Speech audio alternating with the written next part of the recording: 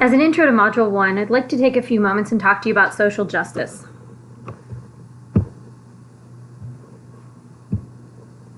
Take a look at these images. What do you believe is the theme of these images? And what does this theme have to do with our course?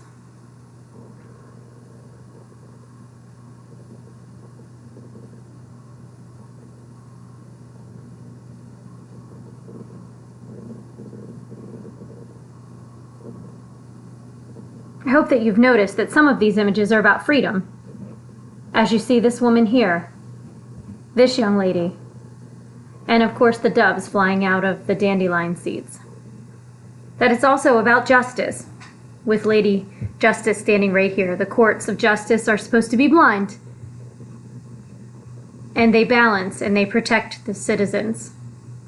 You also see the people here that are interconnected, and of course the interconnectivity here, which could also represent love.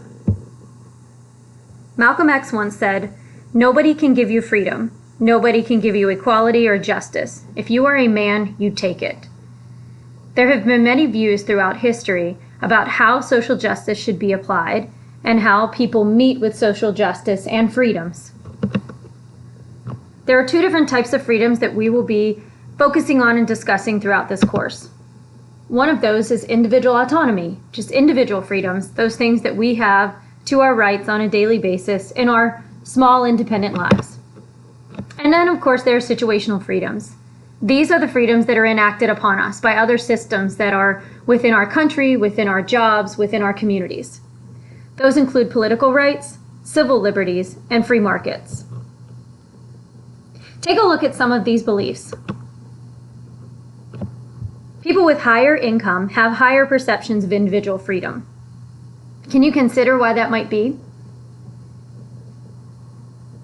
If we think about it, you can always consider that if someone has a higher income, typically they have more availability of things to do, of experiences to have, and those things can actually increase their belief of individual freedoms.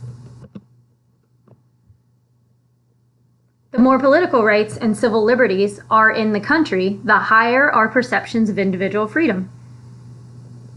So if a country has democratic rights where people feel that they can vote and their voices are being heard and they are being respected by the authorities and by their country, then their perception of individual freedom is much higher.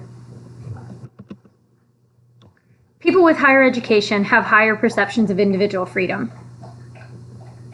Think about how many avenues and doorways are opened whenever you increase your education. And as we increase our education, we tend to recognize more of what is available to us out in the world. So what stops these freedoms from happening? We're going to talk about a case of the isms. So I want you to think in your mind right now and try to brainstorm to yourself, what are some of the words that you know that end with ism? ISM. Off the top of your head, you're probably thinking racism, classism, sexism.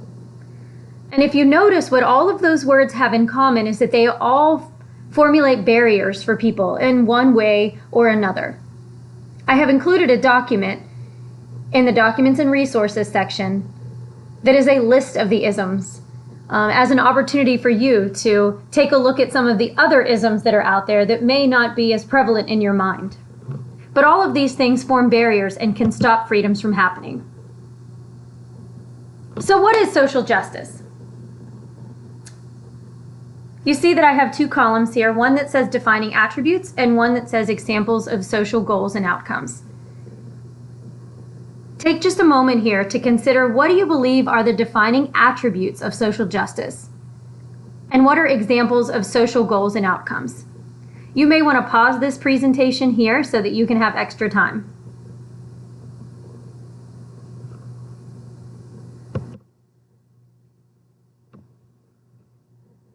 In social justice, the distribution of resources is equitable and all members are physically and psychologically safe and secure. And I'm sorry if those two words are cutting off on the screen.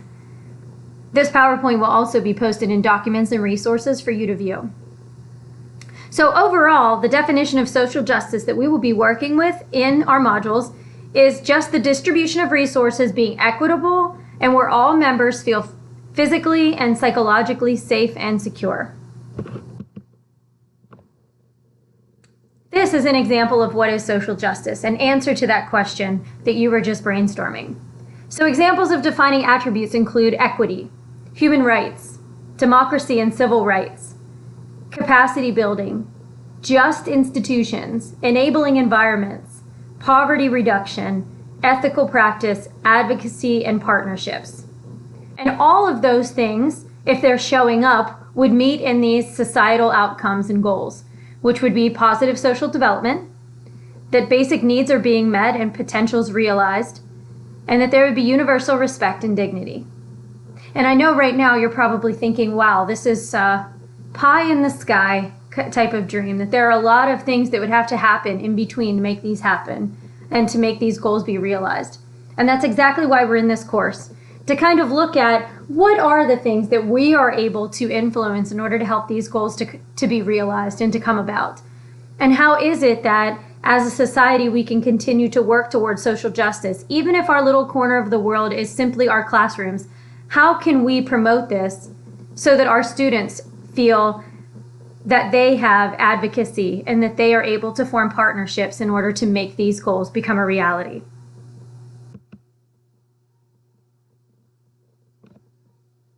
So we are going to be exploring these isms and these barriers to social justice throughout each of the 4 modules. It's such a huge topic, social justice, and we never are able to cover absolutely everything we possibly can cover in 8 weeks, 16 weeks. We could take years and years, and people have done years and years of study on social justice and still have not tipped it all. So what we will be doing is looking at specific areas called the isms. For each module, you'll be asked to visit a folder to further explore topics that are important to you. And although there are many resources presented in this folder, if whatever research piques your interest, if you want to continue researching outside of the folder and into more of that area, please feel free to add anything that you learn to your discussion posts in addition to the information that we have provided in the folder. In every module, there will be one discussion post that asks you to look into the isms folder, pick one topic that's interesting to you, and share something about that relates to what we're learning in the module. So now you're off and going.